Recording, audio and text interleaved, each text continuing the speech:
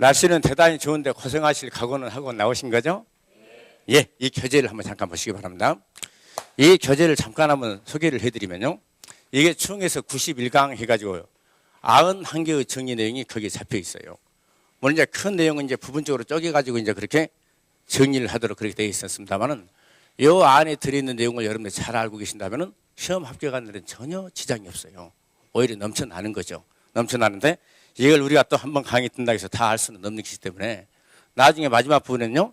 이 부분만 가지고 정리를 하셔도 괜찮을 거라고 생각합니다.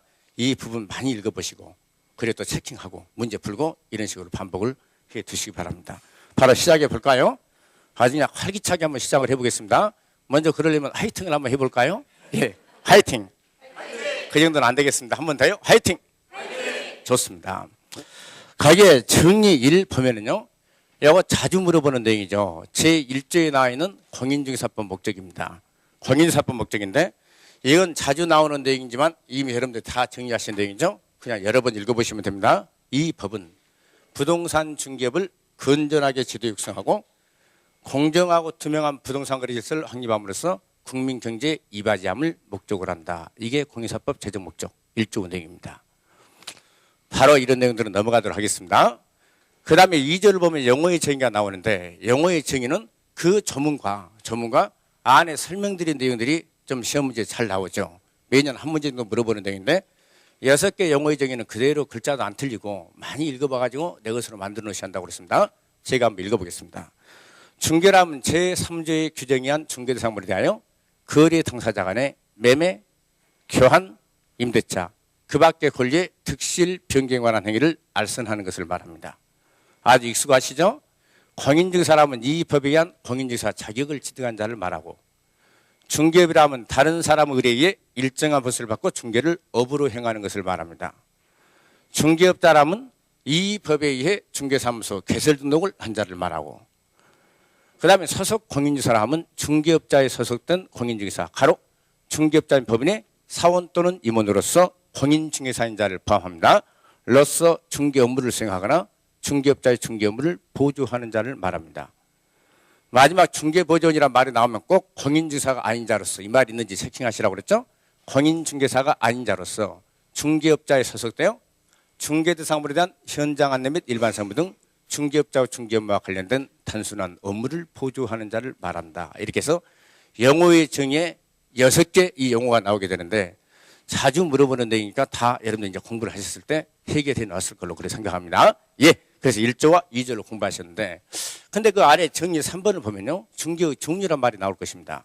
중개의 종류와 관련해서 가끔씩 시험 문제 물어보는데 거기를 보게 되면요. 지시중개와 참여중개는 가볍게 그대로 읽어보시면 됩니다. 지시중개란 것은 양 당사자 간의 거래계약을 체결시킬 필요가 없죠. 단순히 자료를 전시해 주기만 하면 완성되는 중개를 지시중개. 이걸 전시중개라고도 표현하고 알선이라고도 표현하고 보도중개라고도 표현합니다. 반면에 참여중개란 말이 있죠. 참여중개란 것은 양 당사자 간의 거래계약을 체결시켜드려야만 완성되는 중개를 바로 참여중개랍니다. 이걸 매개중개 이렇게도 표현하는데 우리가 보통 중개라고 했을 때는 지시중개를 말하겠습니까? 참여중개를 말하겠습니까? 당연히 참여중개를 말하게 됩니다. 그 아래 보면요. 상사중개와 민사중개란 말이 여기서 제일 시험 문제 많이 물어봅니다. 우리 분산중개는 민사중개입니까? 상사중개입니까? 민사중개라는 것을 잘 기억을 하셔야 합니다. 상사중개라는 것은 상행위를 중개한 것을 말하고 민사중개라는 것은 상행위 외의 거래행위를 중개하는 것을 민사중개를 하는데 우리 법령상 중개는 바로 민사중개라는 것이 아주 여러 번 시험 문제에 나왔어요. 아주 틀리기 좋은 부분입니다. 그 다음에 그 아래를 보게 되면요. 일방중개와 쌍방중개라는 말도 우리 대부분 판결이에요. 이것도 시험 문제 이미 물어본 적이 있었는데 거래의 일방 당사자로부터 중개를 받고 그 일방을 위해서 해주는 중개를 일방중개. 양 당사자로부터 중개를 받고 양 당사자를 위해서 해주는 중개를 쌍방중개라고 합니다. 우리 법령상 중개는 일방중개와 쌍방중개가 다 인정이 되게 됩니다. 예. 그리고 단독중개와 공동중개라는 말이 있죠. 단독중개라는 것은 중개 완성을 위해 한 사람의 중개업자가 나타났을 때 단독중개. 중개 완성을 위해 여러 사람의 중개업자가 상호 협력하는 것을 인정하는 그 중개를 공동중개 이렇게 표현합니다. 우리 법령상 중개는 단독중개와 공동중개가 다 인정이 되고 있죠. 우리 법령상 중개는 공인중개입니까? 사중개입니까? 공인중개에 해당됩니다. 법적 제도적 근거에 의한 중개를 공인중개, 법적 제도적 근거에 의하지 아니한 중개를 사중개 이렇게 표현합니다. 그래서 거기서는요, 일방중개와 쌍방중개라는 개념과 민사중개냐 상사중개냐에서 민사중개에 해당된다는 것을 잘 체킹하시기 바랍니다. 이제 넘겨보십니다. 그럼 이제 정리 4번, 이 내용이 시험 문제 아주 자주 물어본 내용이죠. 이렇게 하겠습니다. 강의를 제가 이 판서를 안 해도 되는 부분은 안 하고 넘어가고요. 판서를 안 하면 아주 강의가 상당히 빨라지게 되고, 그럼 여러분들 잠깐 조금 집중하지 않으면 넘어가게 돼요. 그래서 특히 중요한 부분들은 판서를 해가면서 강의를 진행할 테니까, 판서가 제가 상당히 빠르기 때문에요, 제 입에서 나오는 말과 판서는 거의 속도가 같을 것입니다. 눈으로 한 번씩 확인하시면서 그렇게 하시기 바랍니다. 가게 중개업이란 말이 나옵니다. 아주 대단히 시험 문제 많이 물어본 내용이에요. 이 중개업이란 것은 다음과 같은 요건을 충족을 시켜야 하는데, 다른 사람은 의뢰가 있어야 합니다. 이게 첫 번째 요건이죠. 다른 사람은 의뢰가 있을 것. 그 다음 두 번째입니다. 일정한 보수를 받아야 합니다. 일정한 보수를 받고, 그 다음 세 번째, 중개를 업으로 행하는 것을 말하게 됩니다. 우리 대법원에서는요, 이 업이라는 말이 성립되려면 세 가지 요건을 충족을 시켜야 하는데, 그 행위의 계속성, 반복성이 있어야 한다고 봅니다. 계속성, 반복성이 있어야 하고, 그 다음에 영업성이 있어야 한다고 보죠. 영업성이란 말은 영리를 목적으로 해야 한다, 이런 말입니다. 그 다음에 누구를 대상으로 해야 하느냐면은 불특정 다수인을 대상으로 해야 하죠. 이런 모든 요건들을 충족을 시켜줬을 때 바로 중개업이라는 개념이 성립되게 됩니다. 그럼 대답을 한번 잘 해보시면서 공부하시기 바랍니다. 여러분들은 중개업자 아니시고 내년에 중개업자 되실 분들이에요. 그럼 여러분들은 지금 중개업자가 아니신데, 지금 여러분들이 다른 사람을 의하여 일정한 보수를 받고 중개를 업으로 행하고 있다면 중개업에 해당이 됩니까? 안 됩니까? 중개업에 해당이 되는 거죠. 그러나 여러분들이 중개업에 해당되는 행위를 하면 여러분들은 위법하신 분이 됩니다. 그러니까 무등록 중개업자로서 처벌이 된다, 이런 말이에요. 그 다음 두 번째입니다. 보수를 받아야만 중개업이 된다, 이런 말이 나오기 때문에 반드시 보수를 받아야 합니다. 안 받으면 중개업이 될 수 없다, 꼭 그렇게 기억을 하시는데, 방금 제 입에서 나온 것들이 전부 다 시험 문제 물어봤던 내용입니다. 그리고 아주 대단히 중요한 대법원 판례가 있는데, 일정한 보수를 받고 이렇게 나와 있기 때문에 현실적으로 받아야만 중개업이 되는 것입니다. 받지는 않고 중개활동을 하면서 나중에 얼마 주십시오 이렇게 요구했거나 얼마 주고받기로 약속만 했다면 그건 이 요건을 충족시킵니까? 뭐 시킵니까? 충족시키지 못하기 때문에 중개업이 될 수 없는 것입니다. 다른 사람의 의뢰란 말은요, 이건 청약이에요. 청약인데 중개업자가 청약을 받으면 승낙합니까? 안 합니까? 당연히 승낙을 하시겠죠? 그러면 중개업자와 의뢰인 간에 계약이 하나 체결되는데 그 계약을 무슨 계약이라고 합니까? 중개계약이라고 하는 거죠. 중개계약이 체결되면 효력 중에서 가장 으뜸간 의혹이 중개수수료 청구권이 발생하는 것입니다. 그러면 중개계약이 체결돼야 중개수수료 청구권이 발생되는데, 중개계약이 체결되지 않거나 중개계약 자체가 무효가 된다면 나중에 설령 거래계약을 체결시켜도 중개수수료 받을 수 있습니까? 없습니까?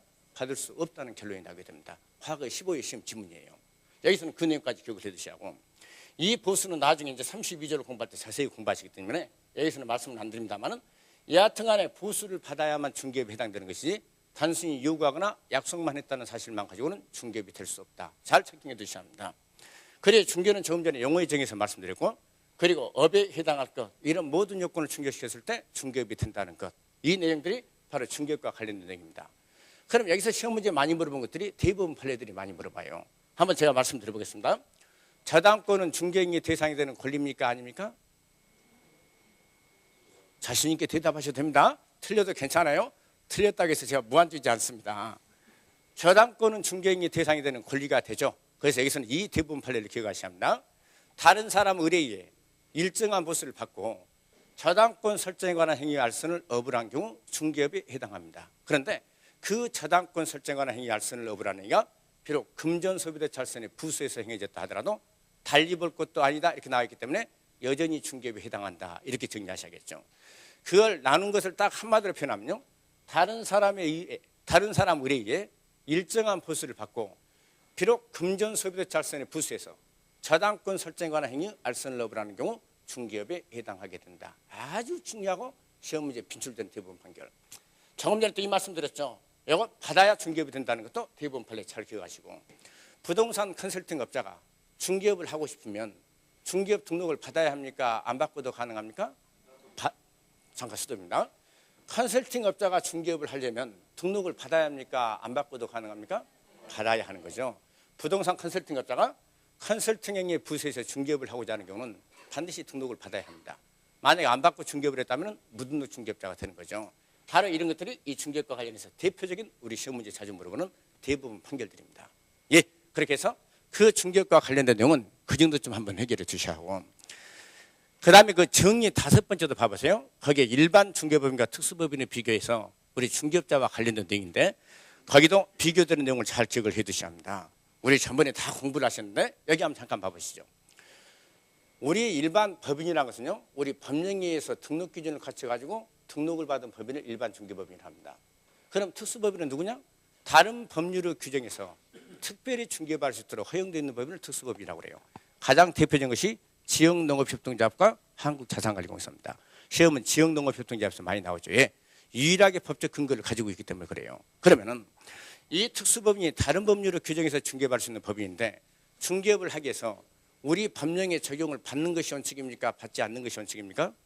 받는 것이 원칙입니다. 하여간 공인중개사법의 적용을 받는데 그 적용을 받는 것이 원칙인데 예의가 인정되게 됩니다. 그러면은 적용을 받는다는 것은 어떤 의미를 가지고 있냐면요. 먼저 특수법인이 중개업을 하기 위해서는 업무보증을 설정해야 합니까? 안 해도 됩니까? 업무보증을 반드시 설정을 해야 합니다. 업무보증을 설정하는 방법도 보증법 공제 공탁 똑같은 방법으로. 그리고 금액은 약간 차이가 있지만은 하여간 업무보증을 반드시 설정해야 하고 설정했다면 누구를 찾아가서 신고하냐면요. 등록관청을 찾아가서 신고를 하는 것입니다.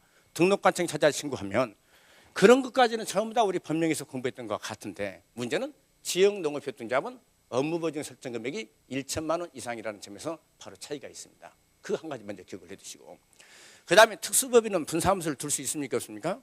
분사무소를 둘 수 있죠. 그 분사무소도 기억이 나실 것입니다. 우리 전번에 공부할 때요. 일반 중개법인의 분사무소는 주된 사무소 소재자 속한 시군구를 제외한 시군구별로 설치하되 시군구별로 한 개소를 초과할 수 없다. 기억나시죠? 그것은 특수법인도 마찬가지입니다. 다만 일반 중개법인의 분사무소 책임자는 누구여야 합니까? 공인중개사여야 하나 특수법인의 분사무소 책임자는 그럴 필요 있습니까? 없습니까? 없어요. 그러니까 사무소나 업무보증도 원칙적으로 똑같이 법령을 적용을 받지만 예의가 거기 하나씩 그렇게 있다 이런 말입니다. 그리고 거기 한번 봐보세요. 거기에 왼쪽에 일반 중개법인과 오른쪽에 특수법인 이렇게 비교되어 있는데 방금 제가 말씀드린 내용이 바로 거기에 나와 있어요. 나중에 또 한번 확인할 기회가 있겠습니다만은 거기 두 번째 업무 범위를 한번 살펴보시기 바랍니다. 중개법인은 총 7가지 업무 수행이 가능합니다. 그걸 조금 이제 공부를 하실 텐데 그러나 중개업은 특수법인은 가능하겠지만 나머지 일반 중개법인은 6가지 겸업 가능한 업무 수행 가능합니까? 불가합니까? 그것은 안 되는 것입니다. 예, 이것은 조금 후에 다시 한번 말씀드릴 기회가 있을 것입니다. 여기에 일반 중개법인과 특수법인의 비교와 관련된 내용은 그 정도쯤 내용 여러분들이 확인하시면 됩니다. 그 다음에 이제 오른쪽을 봐보시죠. 중개대상물이 나오게 되는데 이건 매년 시험 문제입니다. 중개대상물은 매년 한 문제 내지는 2문제가 시험 문제 나오게 됩니다. 이건 대단히 중요한 내용이긴 합니다만은 여러분들이 딱 이 정도쯤에서는 이미 다 정리가 되셨을 걸로 생각을 해요. 여기 한번 정리하시는데요. 여기 설명드린 내용을 그대로 여러분들 체킹하시고 다만 이 설명은 좀 부족합니다. 왜 부족하냐면은 최근에 시험 문제는 임목, 광업재단, 공장재단도 공부를 잘하고 들어가셔야 돼요. 임목에 관한 법률에서 시험 문제가 좀 자주 나왔는데 이제는 앞으로 공장재단 같은 데 시험 문제 물어보겠죠. 그래서 그런 것들은 우리가 이제 문제를 통해서 세부적인 내용은 공부하시게 될 것입니다. 오늘 이 시간에는 여기 설명드린 내용만 정확하게 기억을 해두시기 바랍니다. 먼저 중개사물은 토지가 중개사물입니다. 그 다음 두 번째 건축물 중개사물에 해당하게 돼요. 건축물 그 밖의 토지의 정착물 중개사물에 해당이 됩니다. 그 다음에 임목에 관한 법률에 따른 임목이 중개사물에 해당되고 공장 및 광업재단 저당법에 따른 광업재단이 중개사물에 해당되고 공장 및 광업재단 저당법에 따른 공장재단이 중개사물에 해당하게 됩니다. 이 5가지가 여러분들 내년에 나가셔서 취급할 수 있는 물건들이에요. 이 물건들을 중개하고 돈 벌면서 사시는 것입니다. 그러면 이 토지와 관련해서는 제가 간단히 강의를 드릴 때 딱 한 가지만 기억하십시오 이렇게 말씀드렸어요. 원래 토지가 소유권 이전 거래가 되려면은 필지 단위로 거래가 돼야 합니다. 그 말은 필지 단위로 매매 계약을 체결한다거나 교환 계약을 체결한다거나 저당권 설정 계약이 체결돼야 한다 이런 말이에요. 다만 지상권이나 지역권이나 전세권이나 임대차 계약을 체결할 때는 꼭 한 필지 토지 전체가 필요합니까? 일부만 있어도 가능합니까? 일부만 있어도 가능합니다. 그래서 토지 부분에서는 아무것도 몰라도 되고요. 한 필지 토지 일부가 중개대상물에 해당한다. 이것만 여러분들 기억하시면 됩니다. 그러나 이 한 필지 토지 일부에 대해서는 매매계약이나 교환계약을 체결할 수는 없습니다. 그러나 영유물권 설정 가능하고 임대차 계약 체결이 가능하기 때문에 한 필지 토지 일부 중개사물에 해당된다. 이게 과거 시험 문제 어떻게 나왔냐면요. 한 필지 일부에 대한 임대차 이렇게 시험 문제 나왔습니다. 중개 가능합니까? 가능하죠. 이 한 가지만 여러분들 기억하시면 될 거예요. 그 다음 두 번째입니다. 이 건축물이 중개사물에 든다 이렇게 나오는데 이건 건물이라고 생각하시면 되는데 여기서는 공부하실 것이 꽤나 있어.